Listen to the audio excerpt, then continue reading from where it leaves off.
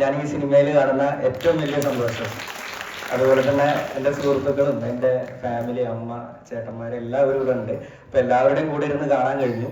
ഞങ്ങൾ ആദ്യം ഒരു 4 സിനിമകൾ ചെയ്യാന്ന് പറഞ്ഞപ്പോൾ നമ്മൾ ഒരു ആവേശത്തിന്റെ മുകളിൽ ബഡ്ജറ്റും ഇല്ല, ഒന്നുമില്ല. അതില് ഞങ്ങളവിടെ എല്ലാവരും അമലൂരിന്ന് ചർച്ച ചെയ്യും. ഷിഹാബും ഞാനും വിഷ്ണു, നടരാജേട്ടനും. അപ്പൊ കഥകൾ പറയും. അങ്ങനെ 3 കഥകൾ ആദ്യം ലോക്കാവുകയാണ്. നല്ല 3 ഗംഭീര സബ്ജക്റ്റുകൾ ലോക്കാവുന്നു. പിന്നെ ഞങ്ങളിലേക്ക് എത്തിപ്പെട്ട ഞങ്ങളൊരു ദൈവത്തിന്റെ മാലാഖ പോലെ താരചേച്ചി വന്ന് ഞങ്ങളുടെ കൂടെ അങ്ങ് കൂടെയാണ്. താരചേച്ചി ലിറിക്സ്, ഇതിൽ 2 പാട്ടുകൾക്ക് ലിറിക്സ് ചെയ്തിരിക്കുന്നത് താരചേച്ചിയാണ്. അപ്പോൾ നമ്മുടെ എല്ലാ കാര്യങ്ങൾക്കും ഒരു സപ്പോർട്ടായിട്ട് താരചേച്ചി വരുന്നു. താരചേച്ചിയുടെ കൂടെ സുബീഷ് ഏട്ടൻ ഉണ്ടായിരുന്നു. സുബീഷ് ഏട്ടൻ ഒരു സബ്ജക്ട് ചെയ്യാനുള്ള ഒരു പ്ലാൻ ഉണ്ടായിരുന്നു. പക്ഷെ സുബീഷ് ഏട്ടൻ അന്ന് ഒരു ഇൻഡിപെൻഡന്റ് ആയിട്ടൊരു വർക്ക് ചെയ്യാം എന്നുള്ള രീതിയിലേക്ക് മാറി നിന്നു. പിന്നെ അതുപോലെ അപ്പൊ 4ാമത്തെ ഒരു സബ്ജക്ട് നമ്മൾ എന്ത് സെലക്ട് ചെയ്യും? അപ്പൊ നമ്മളിങ്ങനെ സബ്ജക്റ്റിന് വേണ്ടി വിളിച്ചുകൊണ്ടിരിക്കുക സുഹൃത്തുക്കളെ. അപ്പൊ നമ്മുടെ കൂട്ടത്തിലുള്ള ആർട്ടിസ്റ്റുകൾ തന്നെ വിളിക്കുന്നു. നമുക്ക് അതുവഴി ഒരു പ്രൊഡ്യൂസർ വരികയാണെങ്കിൽ നമുക്ക് അത് കണക്ട് ചെയ്ത് ചെയ്യാം, അങ്ങനെയൊക്കെ വിചാരിക്കുന്നു.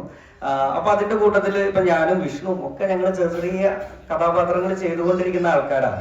അപ്പൊ എന്തെങ്കിലും ഇപ്പൊ ഒരു ചെറിയൊരു വേഷം ചെയ്യാം, അങ്ങനെ ഒരു പ്ലാൻ ആയിരുന്നു.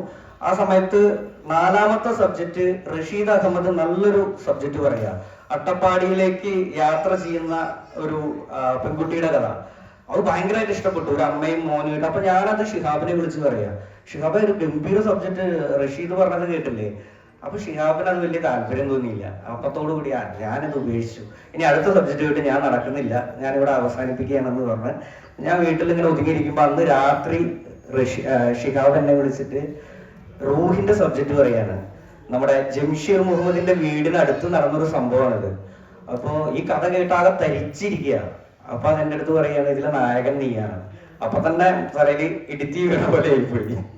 എന്ന് വെച്ചാൽ ഭയങ്കര എക്സൈറ്റഡ് ആയിപ്പോയി. എന്താന്ന് വെച്ചാൽ ഇതിൽ ചെറിയ എന്തെങ്കിലുമൊക്കെ ചെയ്യാനുള്ള ഒരു ഉദ്ദേശം ഉണ്ടായിരുന്നുള്ളൂ. അങ്ങനെ ഞങ്ങളൊരു ഓഡിയേഷൻ വെച്ചു. ആ ഓഡിയേഷനിൽ സെലക്ഷൻ ആയ ആളുകളും ഇതിൽ രമണേച്ചി, അങ്ങനെ കുറെ ആർട്ടിസ്റ്റുകൾ ഇതിൽ അഭിനയിച്ചിട്ടുണ്ട്. ആ ഓഡിയേഷനിൽ ഞാൻ പെർഫോം ചെയ്തു. അന്ന് തിരുവടി തടി ഉണ്ടായിരുന്നു. അപ്പൊ ഷൂട്ട് തുടങ്ങാൻ 1 മാസമേ ഉള്ളൂ. അപ്പൊ അതിനും ആ 1 മാസം കൊണ്ട് തടി കുറയ്ക്കണം എന്ന് ജംഷീർ ആവശ്യപ്പെടുകയാണ്.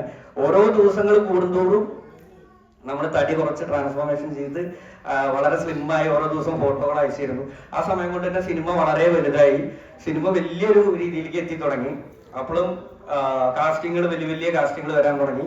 തമിഴിൽ നിന്ന് അത്യാവശ്യം ശ്രദ്ധേയമായ സിനിമകളിൽ അഭിനയിച്ച കാർത്തി എത്തുന്നു.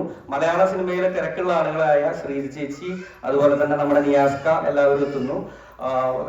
അബൂക്ക വലിയ കാസ്റ്റിംഗ് ഡയറക്ടർ, പിന്നെ അതുപോലെ തന്നെ ആക്ടറുമായിട്ടുള്ള അബൂക്ക, എല്ലാവരും എത്തുന്നു. അപ്പോ സ്വാഭാവികമായിട്ടും ഒരു നായക കഥാപാത്രം ചെയ്യാനുള്ള ഒരു ക്യാപ്പബിലിറ്റി എനിക്കില്ല.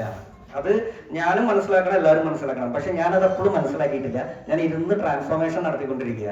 അപ്പൊ എല്ലാവരും നമുക്ക് നല്ലൊരു ആർട്ടിസ്റ്റിനെ കൊണ്ടുവരാം, നല്ലൊരു എമൗണ്ട്, അല്ലെങ്കിൽ ചെറിയൊരു എമൗണ്ടിന് കൊള്ളാവുന്ന നല്ലൊരു ആർട്ടിസ്റ്റിലേക്ക് എത്തിക്കൊണ്ടിരിക്കുകയായിരുന്നു. പക്ഷെ അപ്പോഴും ഉറച്ചു നിന്ന എന്റെ 2 കൂട്ടുകാര് ഷിഹാബും വിഷ്ണുവും പറഞ്ഞു, ജംഷീറും പറഞ്ഞു, ഞങ്ങൾ മനസ്സിൽ കണ്ടിട്ടുള്ള ഞങ്ങളുടെ ഷമീർ ഭാസ്കറാണ്. അതാണ് നിങ്ങൾ ഇന്ന് സ്ക്രീനിൽ കണ്ടത്.